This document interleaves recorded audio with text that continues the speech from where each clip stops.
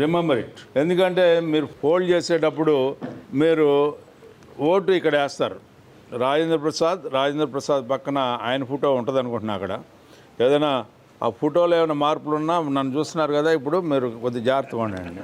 అండి ఆ ఫోటో పక్కన ఉన్నటువంటి బాక్స్, ఆ బాక్స్ మధ్యలో బాక్స్ని టచ్ చేయకుండా పై లైన్ కానీ కింద లైన్ కానీ ఏది టచ్ చేయకుండా సైడ్ లైన్ కానీ ఇట్లా ఇన్ బిట్వీన్ బాక్స్ జస్ట్ ఆ స్ట్రోక్ 1 అనే స్ట్రోక్ని మాత్రమే ఉంచండి. దానికి ఏ రకమైనటువంటి అలంకారాలు చేయొద్దు. ఆడపిల్లలు మరీ ముఖ్యంగా, ఎందుకంటే యాడ్జెక్టివ్స్ యాడ్వర్బ్స్ ఏం పెట్టద్దు. Only single line. ఎందుకంటే మీకు ఆ కొమ్ము కూడా ఉండకూడదు. ఆ కొమ్ము కూడా ఉండొచ్చు కానీ బట్ ఉండకుండా చేసేయండి. మీకు డోంట్ గో ఫర్ ఇట్. ఆ కొమ్ము కూడా ఉన్నాయి బాకండి. ఎందుకంటే మీకు అందంగా రాయడం అనేది ఇష్టం.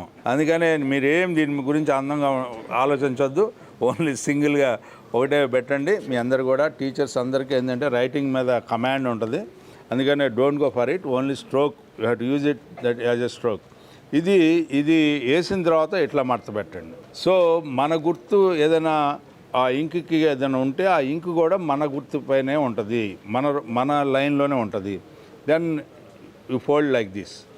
దెన్ థర్డ్ ఇది, ఫోర్త్ ఇది, put it in box. Okay.